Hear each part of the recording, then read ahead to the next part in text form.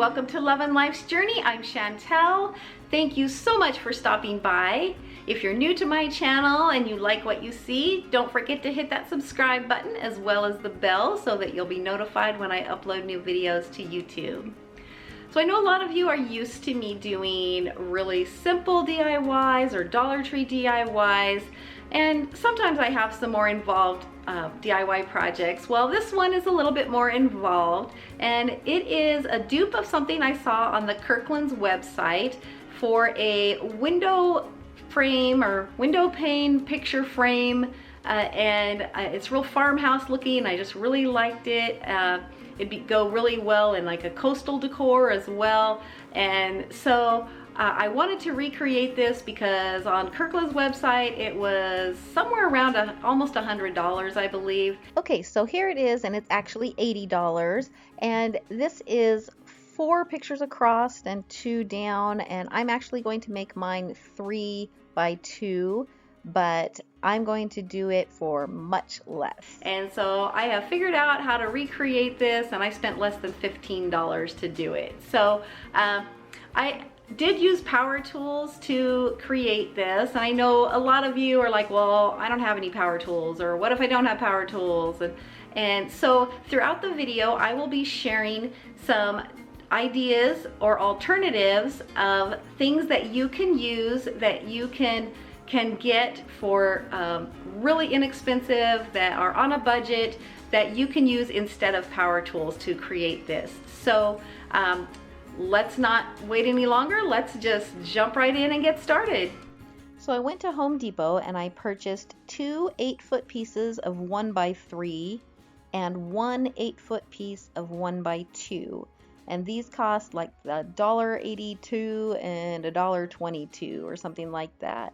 And so it was pretty inexpensive, and you can ask them to cut them in the lengths that you need, and most places like Home Depot or Lowe's or someplace like that will do that for you. I did not have them cut my pieces because I wasn't sure at the time what the lengths were, so I came home, figured that out, and cut them myself. To make the outside frame of the 6-pane window, I am using 2 36-inch pieces of the 1 by 3 for the top and bottom, and 2 24-inch pieces for the side. For the long piece that goes horizontally across the middle, I cut a 31-inch piece of the 1 by 2, and then the vertical pieces that create the individual panes are 11¼ inches each. I'm also using 6 of these 5 by 7 picture frames from Dollar Tree, 3 in each color. To assemble the frame, I will be using a carpenter square or a speed square. These I already had on hand. You can get a smaller carpenter square at Dollar Tree just to help you get those corners straight.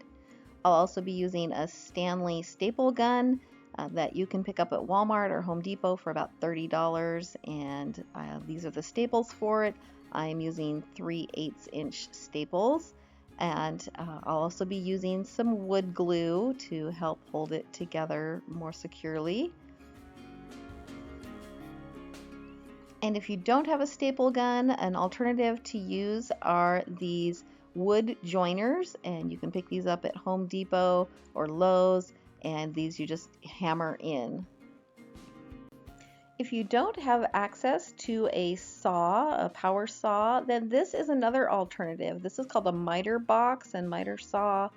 Comes as a set, and I think you can get these at Walmart for about $10 or $12. I actually found mine at Goodwill, which was really cool, and so I got this for like $3 for this set. And so this is just a good thing to have on hand for doing wood craft projects. You can cut things at an angle to do mitered corners or just straight on. It gives you a good guide, and it's pretty easy to use. I'll put the link to it on the Walmart website in the description box below so you can check that out. So here is just how it works to cut a straight edge.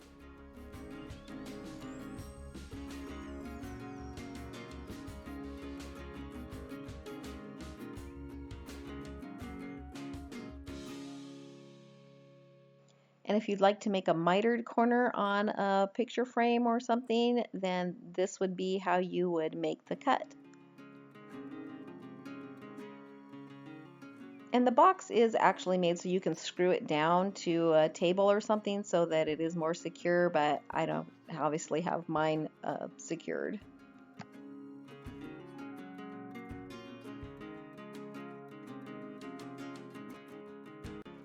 So first I'm going to assemble the outside frame of this, and so I'm going to set the other pieces aside, and then I decided not to do mitered corners on this. I'm just doing a straight corner, so I'm going to line up my pieces and I'm going to put the nicest sides facing down so that I'm actually working on the back side of this. And I'm going to add some wood glue, and then I will square that up, and I'll be using my staple gun to attach these two together. And like I said, if you don't have a staple gun, you can use wood glue and those wood joiners, and you just hammer those in, and I'll show that in a minute. I actually really like this speed square because it has a lip on it that I can put right up against the edge of the wood, and that way I know it's right on the edge, and it just is a really good guide. Then I'm just going to staple those together, and this works best to do on a hard surface. I'm on my garage floor here, and I'm just pressing down. This staple gun is a really good tool to have. It also does little brad nails, and so if you do a lot of crafts or anything, this is a really good tool to have, and I highly recommend it, but it's not necessary for this project. You'll just want to use the wood glue and those wood joiners. So here's what the staples look like from the staple gun, and they go into the wood and really hold it. But if you don't have the staple gun, you can use these wood joiners, and these were about a little less than $3 a package, I think, at Home Depot.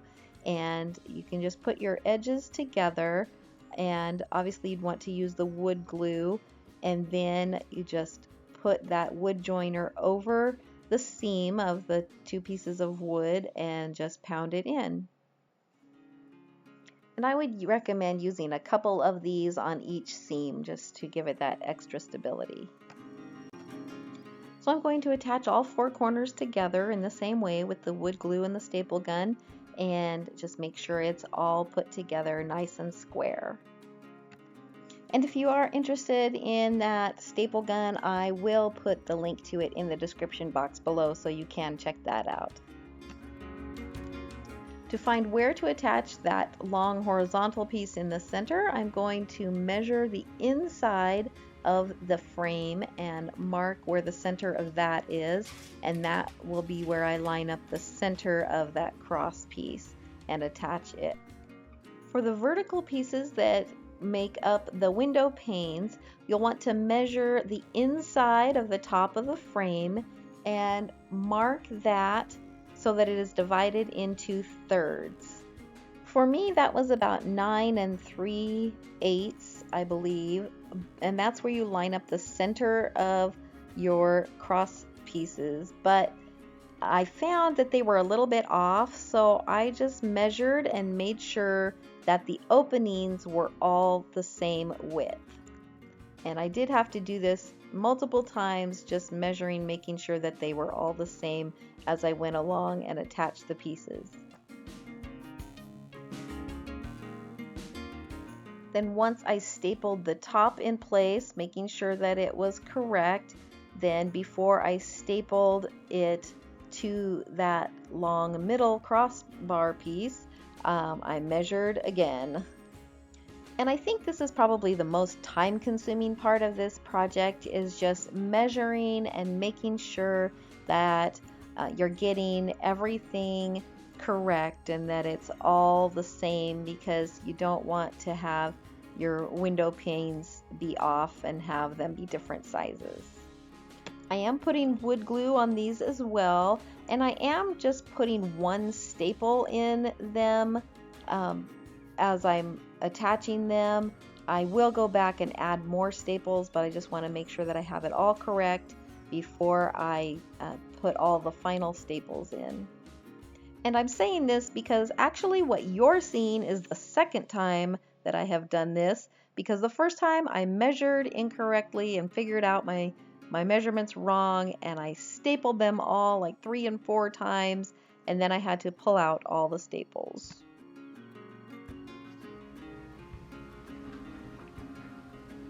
How's it going, baby? I'm an idiot. So after I got it figured out the second time, I went back and stapled everything several times to make sure it was good and secure. And then any of the staples that were sticking up, I did kind of pound them down with a hammer just to make them nice and flat.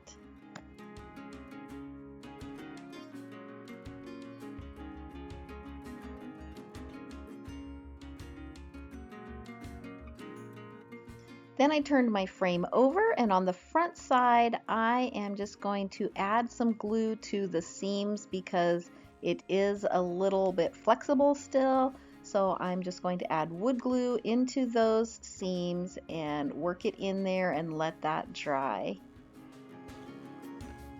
And after adding the wood glue, I do come back with a rag and just wipe off any excess glue and make sure I don't have anything that is coming out of the seams.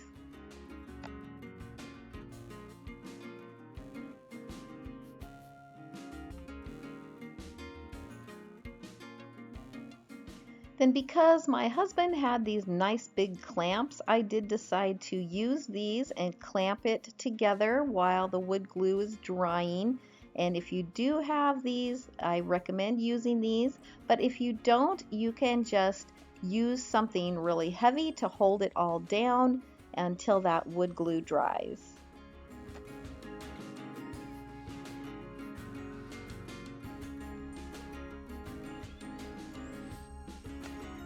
So I did let mine dry overnight, so it's good and dry, and I'm going to remove those clamps. And I did notice that there were a few gaps where some of the wood pieces meet, and that's probably just because I didn't cut them exactly, but I'm going to take some paintable wood filler and just fill in some of those gaps so that I can get a nice paint job when I go to paint.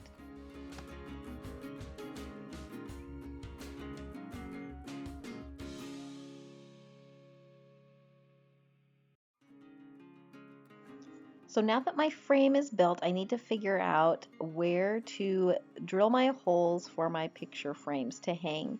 And I picked these 5x7 picture frames up from Dollar Tree. I really liked the finish on them. They're lightweight, and I think they'll be just perfect for this project. So first I'm going to find the center of each pane and mark that.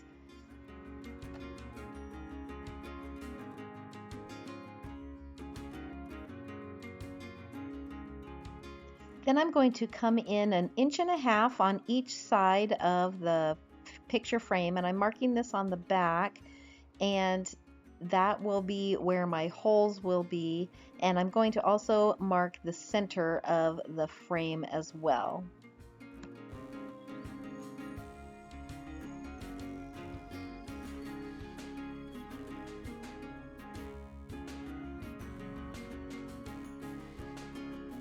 Then I'm going to line up that center mark on the picture frame with the center mark on the wood window frame, and then I'll be able to see where those marks that I made on the picture frame are, and make those marks on the wood window frame so that I know where to drill my holes.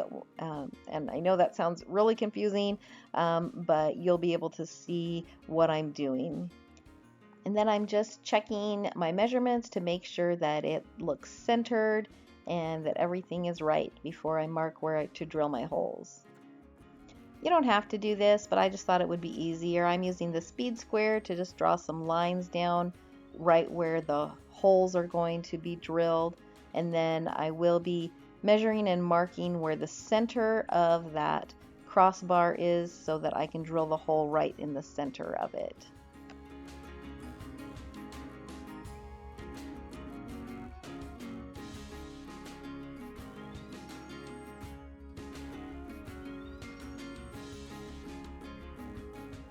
I also did the same thing across the top, except I did not measure up to the center. I just measured up the same distance as it would be on the center part right here. I measured up that far on the top piece as well. So it looked pretty much the same when I hung my picture frames.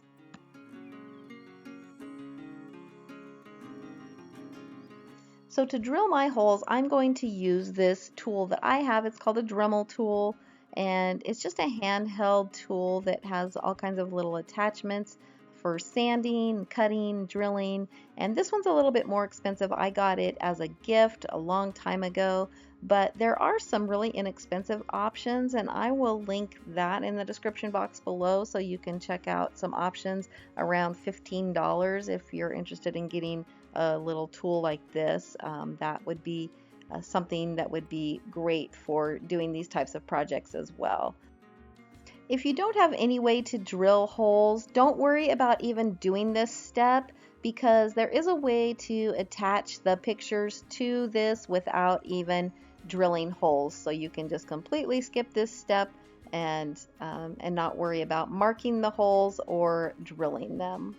But I wanted mine to look just like the one from Kirkland's, and it had the holes drilled through it, so that's why I'm showing this. So I've got all of my places marked out where I'm going to drill, and I'll just put a scrap piece of wood underneath so that I'm protecting my work surface, and I'll just drill those holes with my little tool.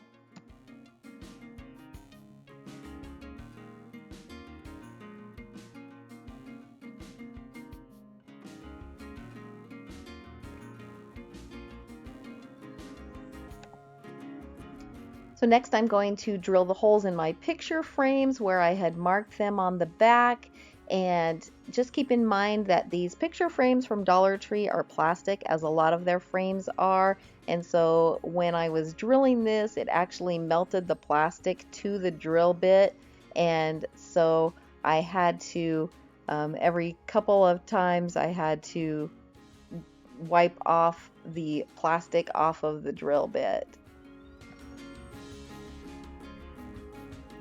And a couple of times little pieces of plastic kind of got stuck in the holes. I just used the drill bit to punch it out. Then I just repeated this for all 6 picture frames. Next, I'm just going to take some sandpaper and go over the entire frame, sanding where I put in that wood filler in some of the gaps, and then also just over the holes and the edges, and just make sure it's all nice and smooth.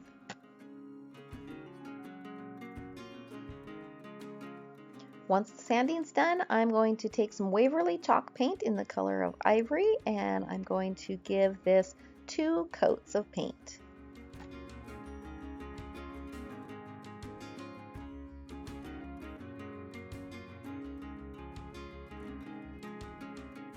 Next, I'm going to add a little bit of distressing with some Waverly chalk paint in the color Truffle. I like this color because it's not purely brown, it's got a little black in it, so it's a little bit darker, and it's really good for doing distressing with. So I'm just going to get a very little bit of paint on a dry brush, and then I'm going to just lightly go over the edges and corners of this and make it look a little bit like the paint is worn off, and then I'll also be adding just some really light dry brushing on the flat surfaces as well, so on the frame and the window pane dividers. I don't know what you call those. I'm sure there's a name, but anyway, I'm just going to add that distressing to make it look a little bit aged. So now I have my pictures, and I printed them off myself, but you could get some pictures printed off at Walmart or whatever, and I'm going to lay them out in my frame and decide how I want them, and then I just am going to tie them on with some jute twine. I tried to tie them on from the front, and it just was hard because I realized I need the knot to be on the back side, so I ended up turning everything over and working from the back side. So I just cut some lengths of twine, and then I'm just going to thread them through the holes on the picture frame and then through the holes in the window frame and tie them in a knot. And the only thing about this is you do have to measure and make sure that they're all hanging the same distance away from the window frame so that it all looks uniform. And so mine ended up hanging about 1.5 inches down, and that gave me about 1.5 inches on the bottom, so they look centered in each window pane.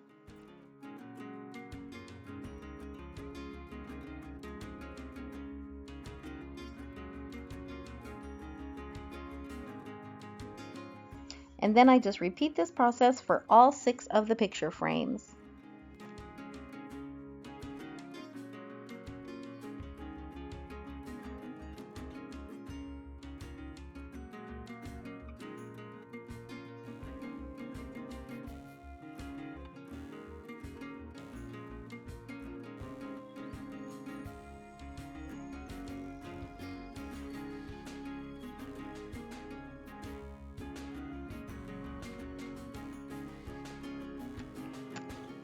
The last thing I did was pick up a package of these picture hangers from Walmart. They were just a couple dollars.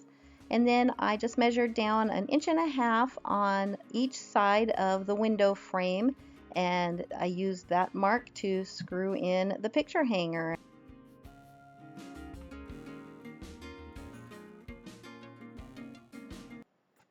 So when I saw this, I knew I wanted to make it for this wall in my dining room. I know it needs some other things on the wall, and so if you have some suggestions of what would look nice, maybe to put on either side of this, I would love for you to leave those in the comments below. But I am really happy with how this turned out.